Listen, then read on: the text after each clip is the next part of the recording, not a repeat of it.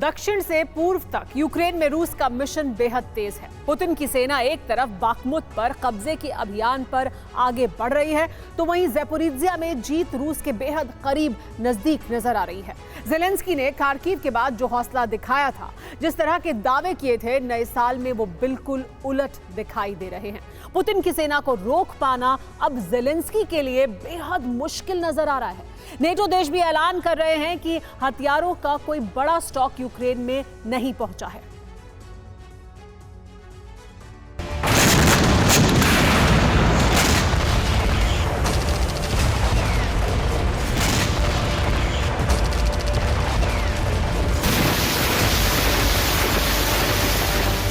जनवरी बीतने को है और पुतिन का न्यू ईयर प्लान पूरी तरह से एक्टिव हो चुका है।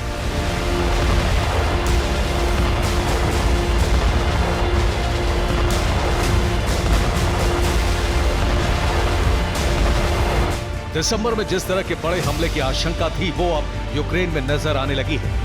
पुतिन की फौज डॉनबास, लुहांस्क के साथ ही कई और इलाकों में लगातार हमले कर रही है और यूक्रेन को बड़े नुकसान का सामना करना पड़ रहा है। जंग अब सिर्फ बाखमुत और डोनेत्स्क तक सिमट कर नहीं रह गई।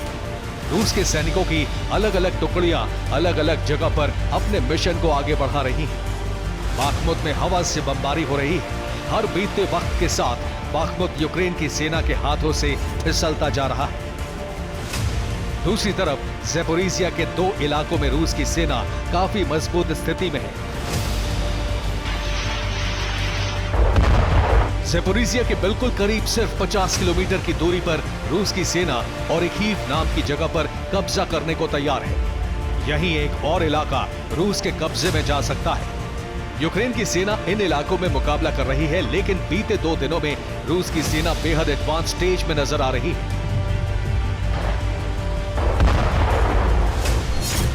यूक्रेन की आर्मी के मुताबिक ज़ेपोरिज्जिया के 15 ठिकानों पर बमबारी, रूस की सेना का रॉकेट से हमला, रूस की सेना का और एक हीव के एक गांव पर कब्जा।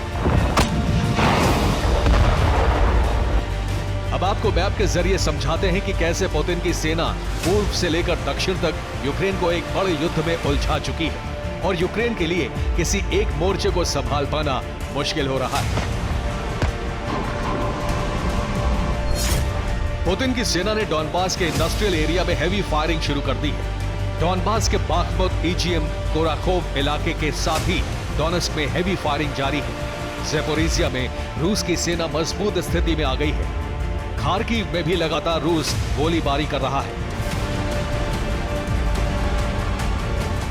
पुतिन की सेना के हमले में यूक्रेन को बहुत बड़ा नुकसान उठाना पड़ा है।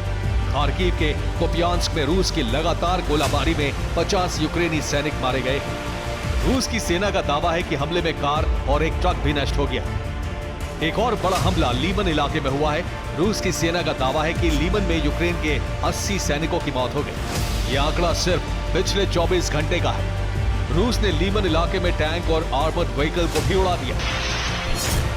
बाखमुत में रूस की सेना खुद को भले ही जीत के करीब बता रही हो, लेकिन सॉलिडर में यूक्रेन की सेना का पलटवार जारी है। यूक्रेन के सैनिक आर्टिलरी से रूस के ठिकानों पर प्रहार कर रहे हैं। ड्रोन से भी रूस के ठिकानों पर हमला जारी है। इस बीच अमेरिका यूक्रेन को F-16 फाइटर जेट देने पर विचार कर रहा है। नेटो देशों के जरिए यूक्रेन को F-16 की सप्लाई जल्द की जा सकती है। यूक्रेन की सेना के मुताबिक फिलहाल रूस से मुकाबला जारी है। यूक्रेन की फौज पीछे नहीं हट रही है, लेकिन फ्यूचर में यूक्रेन की सेना का आगे बढ़ना मुमकिन नहीं लग रहा है। यूक्रेन की सेना को फ्रंट फुट पर लाने के लिए नेटो देशों को हथियार की सप्लाई करनी होगी। लुहांस्क में भी पुतिन की सेना गोलाबारी कर रही है, लेकिन यूक्रेन के सैनिकों ने मोर्चा नहीं छोड़ा है। यूक्रेन के सैनिकों ने कहा है कि इन मोर्चों पर रूस की सेना भारी हथियारों के साथ मौजूद है, जिसकी वजह से उन्हें पीछे ढकेलना मुश्किल हो रहा है। Bureau report, TV9 Bharat.